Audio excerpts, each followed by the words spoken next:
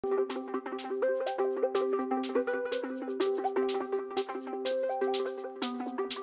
procedencia de su interés por la cerámica, qué maestros y qué maestras son referencia en su obra.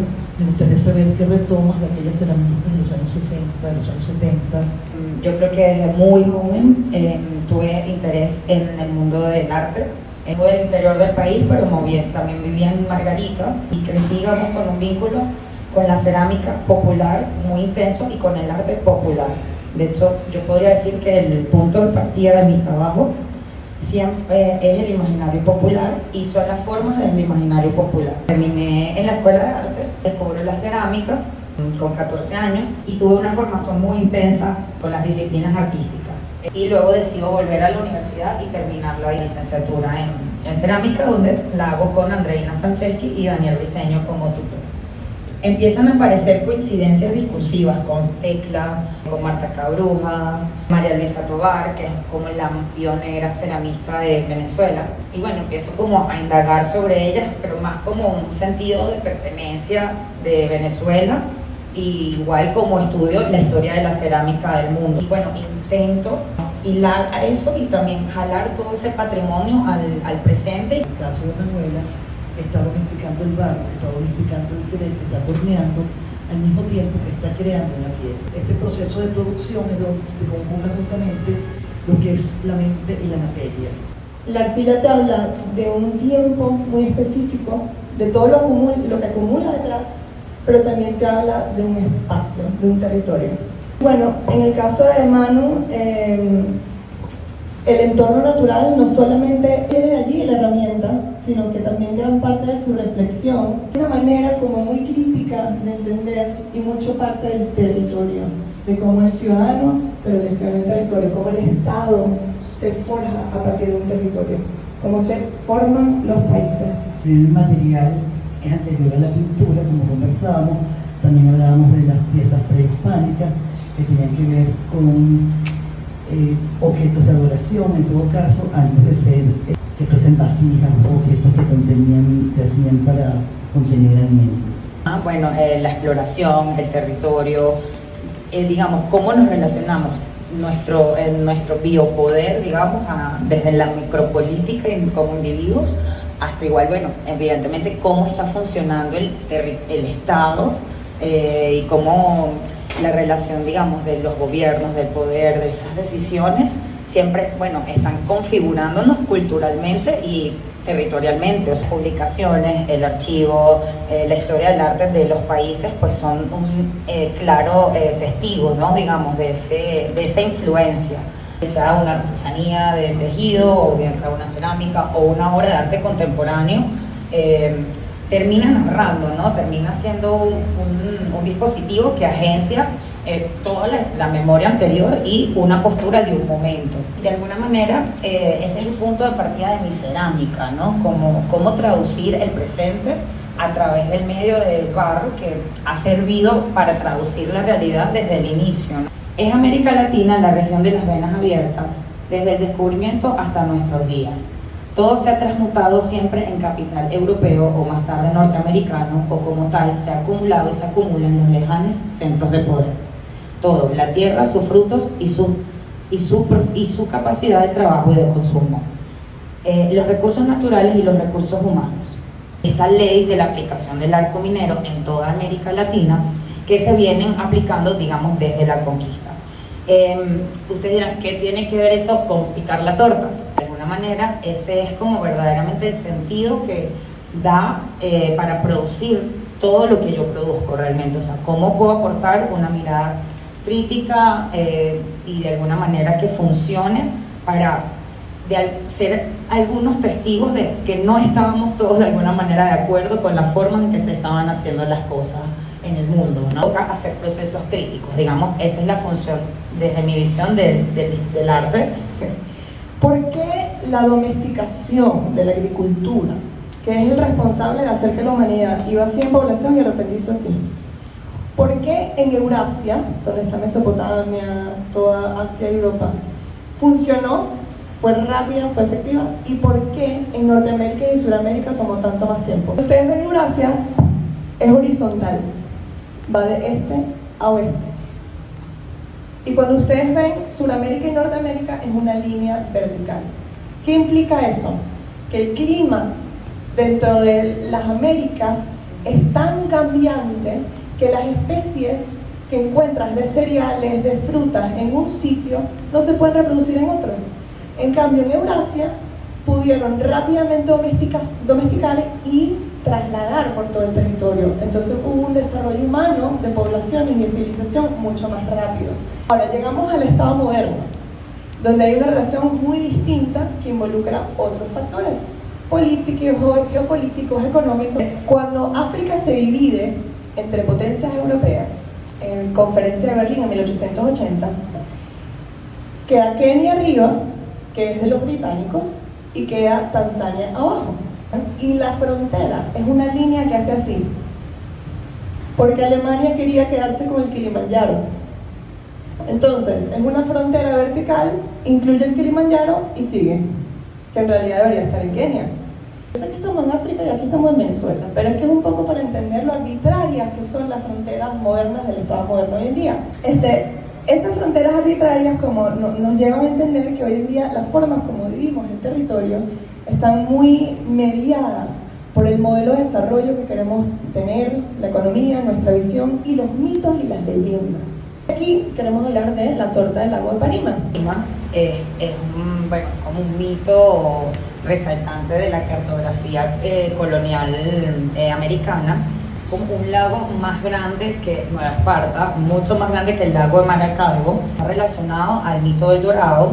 Inicialmente, en las dos primeras ediciones de mapas sobre América, pues aparece en el territorio, digamos, de Venezuela, de la Amazonía, el lago de Parima. Las narrativas que crearon América, el nuevo mundo, ¿no? Historias que hicieron y que generaron ese interés en conquistar este gran territorio. Posteriormente desaparece de las cartografías y de los mapas, y hay como todo un estudio de por qué desaparece, de los mitos, digamos, que dieron pie a que se pusiera el lago de Parima en los mapas.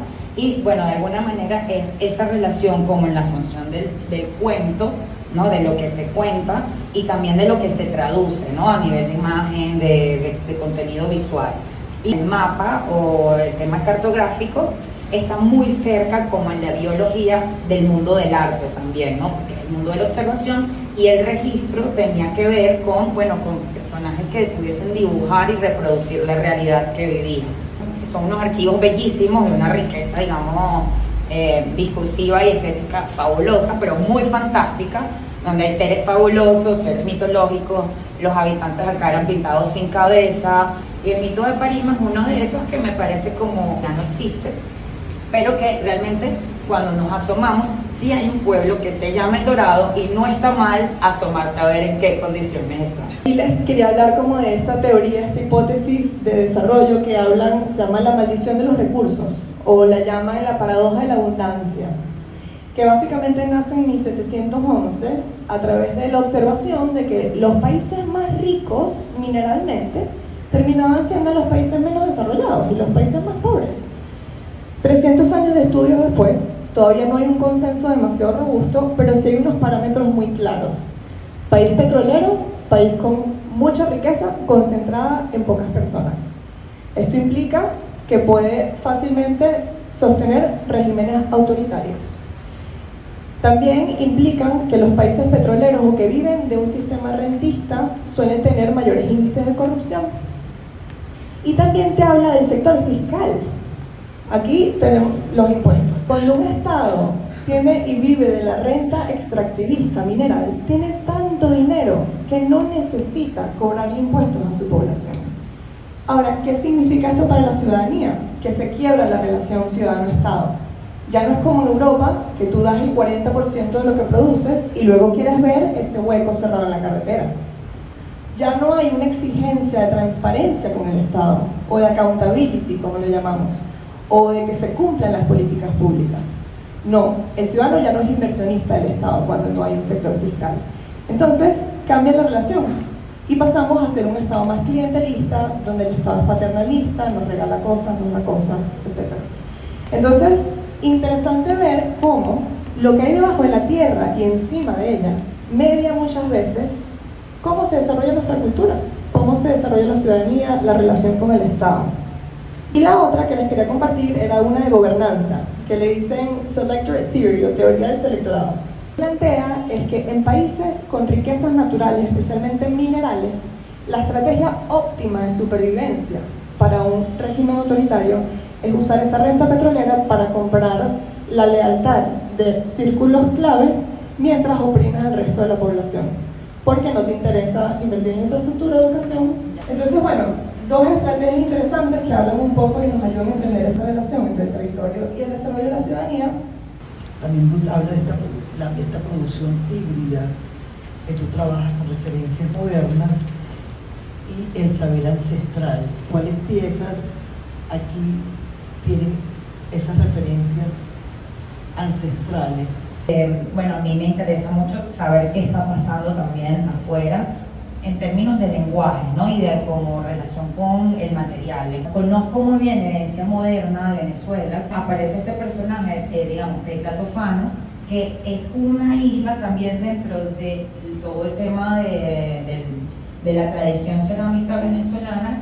Fue muy marcada por la tradición americana y asiática, que los americanos estuvieron muy influenciados por el arte por los asiáticos. Y en Venezuela hubo una relación muy fuerte con los maestros americanos y también las maestras terminaron viajando a escuelas en Japón. Venezuela estuvo muy permeada por las relaciones con el mundo. Tecla Tofano hace una ruptura y aparece la cerámica o presenta la cerámica desde un lugar narrativo.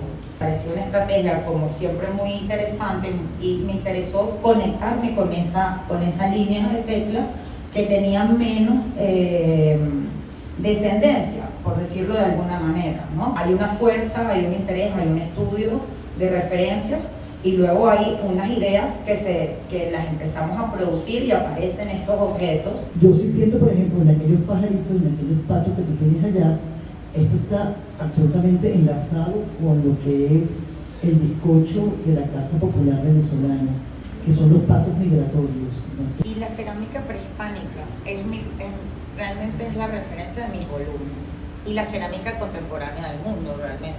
La cerámica siempre tiene una particularidad y es esta cosa supuestamente azarosa, ¿okay? Esta dificultad de su realización entre la proyección y lo que termina siendo. Cuando haces, por ejemplo, piezas como estas, que tienen un objetivo muy específico, ¿okay?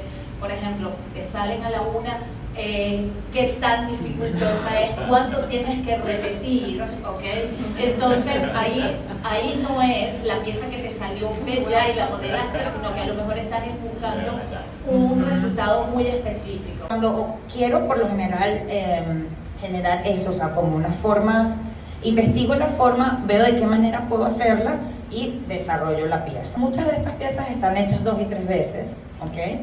Que no salen a la primera, no estoy conforme con el resultado y las repito o las quemo varias veces porque a veces si no funciona en el modelado, digamos, se agrietó, si la grieta compromete la pieza, se va a la basura y vuelven a hacer la pieza y ya está la parte de color, ¿ok? Yo reesmalto, sí, y vuelvo hasta conseguir el color que me interesa. Ya luego está también la dimensión fortuita, que muchísimas veces las piezas salen a la primera. Sí, como entender lo que te da y lo que tú quieres, y es una negociación constante, ¿no? Cuesta mucho trabajo llegar a una pieza que esté bien, que funcione, que no esté agrietada, que no, sabes, que tenga la suficiente dureza. Son muchos elementos que importan para que la pieza se defienda por sí misma. Unas piezas, por ejemplo, como aquella que tiene como una cantidad de elementos ya pictóricos, y a diferencia de estas que son como más otras texturas y son más planas, ¿hay alguna diferencia para ti entre trabajar un tipo de piezas u otras? Están dibujadas, siempre tienen más tiempo. Hay un proceso adicional que a las que coloco un esmalte pleno, pero todo esto tiene un proceso escultórico que compensa una cosa con la otra. Cada pieza tiene unos retos específicos y te traza unas necesidades y las vas respondiendo, ¿no? Vas como diciendo cómo resuelvo, se me agrietó, cómo mejoro, cómo la rescato, cómo no sé qué, hasta que llega un punto que dices, está lista. gran parte de la cultura popular, mucha gente quizás la asocia con tradiciones, y tradiciones que a veces parecen inmutables en el tiempo. Pero sin embargo, la cultura popular, al contrario, es un espacio de gran hibridación, cambio y adaptabilidad. Entonces, ¿qué rescatas allí? ¿Qué es lo que más te inspira de la cultura popular? La materialidad es lo que me podría, digamos, enamorar de cualquier artista, ¿no? Pero sobre todo el arte popular, porque es la precariedad de elementos y la potencia de discursiva, narrativa, y donde se ve perfectamente, bueno, como el despliegue de esos, del imaginario de ese cultor o de ese artista, cómo se traduce su propia realidad y su propio mundo, porque además están muy asociados al artista. Bueno, son artistas que no tienen formación académica, se presume, pero eso es una forma de subestimación.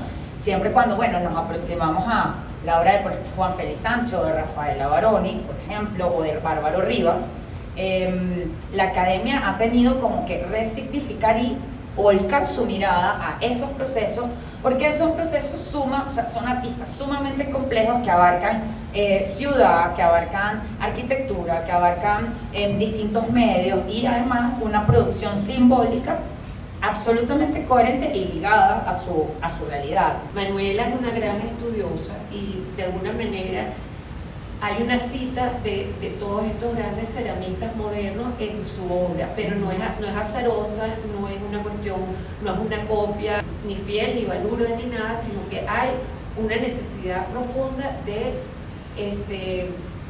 recoger, digamos, todo ese conocimiento, reinterpretarlo a otra manera. Siento que han recuperado la cerámica, gracias a Dios, porque la cerámica de los 80, que estuvo, digamos, en todo su apogeo, cayó en un olvido terrible, pero que se ha venido como recuperando. Yo veo que hay un grupo cada vez mayor, o sea, para nosotros los investigadores, pues tenemos que ser muy cautos en poder leer tanto en lo popular como en este nuevo proceso, digamos, cerámico, que es lo que es realmente sólido. Y honestidad. No es por desbaratar, digamos, la escultura o la cerámica, o que la obra, digamos, va a funcionar. O sea, por eso yo me atreví a hablar de un conceptualismo fantástico. En el caso tuyo, siento que hay una conceptualización justamente por ese proceso de investigación tuyo y también por el talento que tienes, ¿no? Tiene que ver como con el tema de las rupturas, son estrategias donde sí, la curiosidad es como por respetar lo que ya se ha hecho antes, o sea, y no pretender que vamos a hacer algo nosotros que acabamos de nacer y se nos ha ocurrido a nosotros y ya.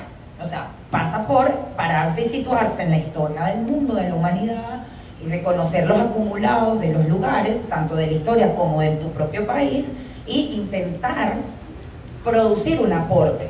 Ya, intentar. Si se logra, bueno, eso se lo dirá el tiempo, ¿no? Como la acumulación de todo ese proceso sostenido, con coherencia. Y eso es lo que puede decir la sustancia de cualquier artista, sea ceramista o no. Es la relación y la coherencia de su producción. Y no me refiero a la repetición, sino a líneas de trabajo, procesos, tiempo, etcétera, que van dando la coherencia discursiva a cada pensador, y eso se va hilando. Mi cerámica sí es contemporánea, hay una ruptura, hay un quiebre con lo moderno, porque como dirían los Dada, no estamos en un tiempo de hacer cosas lindas, ¿no? O sea, ya el tiempo, la emergencia y la urgencia, es decir, las cosas importantes. El uso de la paleta tricolor fue como una estrategia nueva que implementé para proponer otras cosas a mí misma, como el uso del color pleno, pero que generan también una narrativa entre sí, que era un reto hablar del sentido de lo nacional, porque es un tema muy complejo, muy delicado, y hay unos antecedentes muy interesantes. Me gustaba o me parecía divertido conectarme con eso. Ya eso va a depender de la estrategia de cada artista. Gracias por venir, gente.